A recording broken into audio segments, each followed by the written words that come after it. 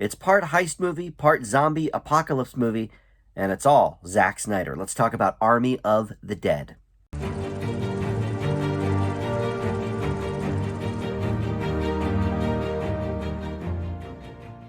Hey guys, Dan here. This is Dan Reviews It. Welcome to my spoiler-free review for the new Netflix film directed by Zack Snyder, Army of the Dead. Before we get into that, if you are new to Dan Reviews It, thank you for coming on in. Thank you for finding my video. If you like what you see here, you can feel free to subscribe below. Would love to have you aboard there.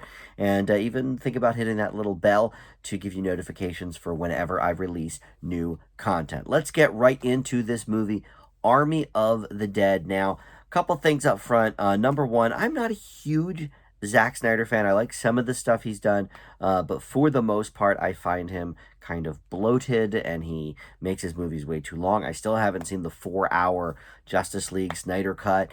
I saw the original, but I don't even remember it well enough to kind of compare and contrast, so maybe I'll get to it at some point. But of course, he's also really famous for like his slow-mo shots and all of these like action sequences that he just slows down completely.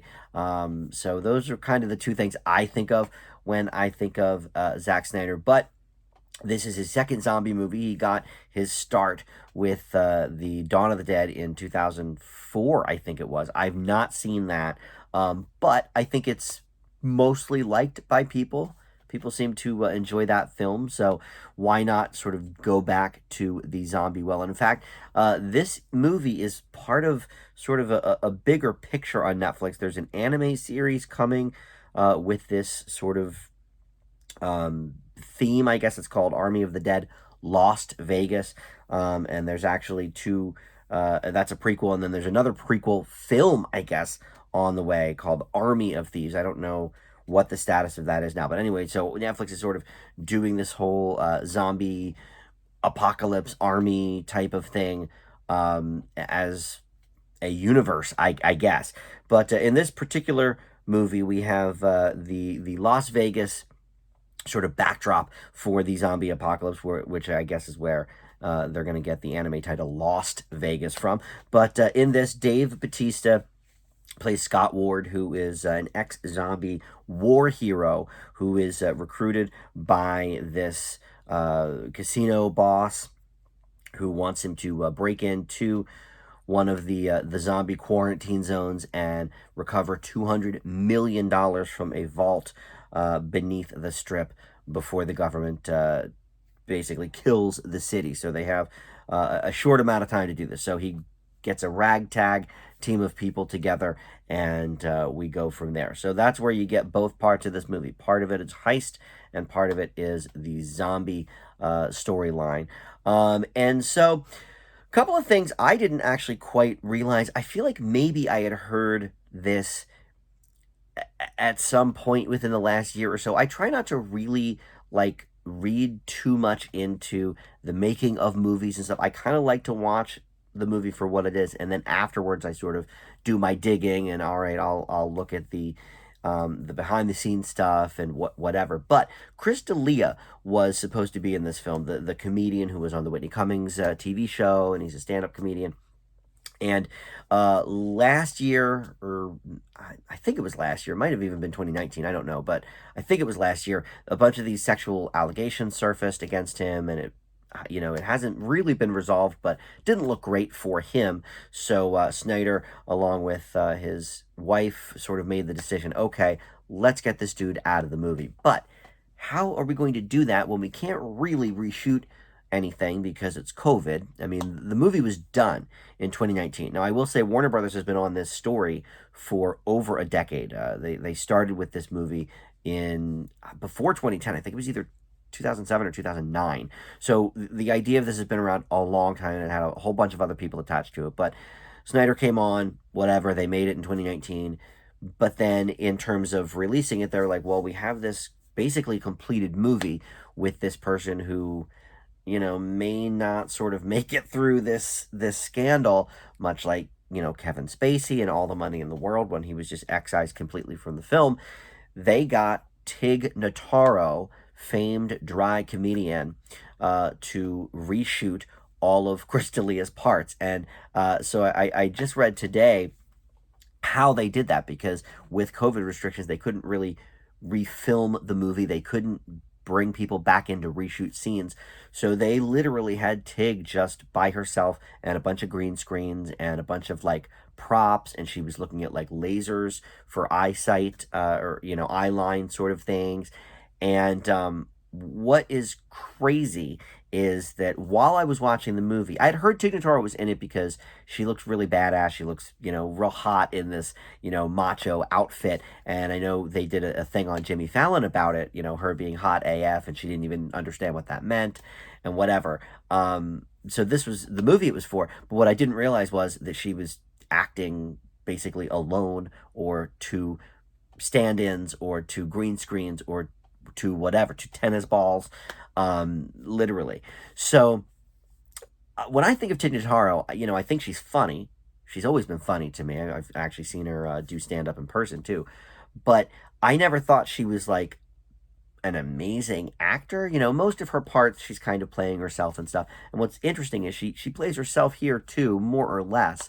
A version of herself. But because of the way they had to do the reshoots, she couldn't deviate at all. She wasn't doing any improv or anything. She had to stick to all of the lines that were being said, because people were reacting to her and responding to her. And to be honest, knowing that really kind of ups my opinion of Tig Notaro's acting ability, because I knew she was funny, but I didn't know she was quite that talented in doing that, because I don't think that's easy, to act against literally no one and nothing, and insert yourself into a movie that's already been completed. So very, very seamless there. So that's one strong positive I have with the movie and her. But let's move off of her for a second and talk about Bautista, because I've long maintained that he's not a particularly good actor. I think he's great in the Guardians of the Galaxy and all the Avengers stuff that he does. But other things I've seen him in, I've not been really that impressed. But I actually think he does a pretty good job here. I don't think the role is particularly demanding, but I think it's his best non-Avengers thing I've seen. And it does sort of make me wonder what his future is after the Drax character, which he sort of has hinted Guardians 3 will be his last hurrah there. So I was kind of impressed by that as well. Now, let's talk about the whole Snyder of it all. This movie is definitely too long, by a good probably 40 or 45 minutes. You could have told the story of this movie, done all the action sequences in about an hour and 45 minutes, perhaps, and this goes on about 220, 225.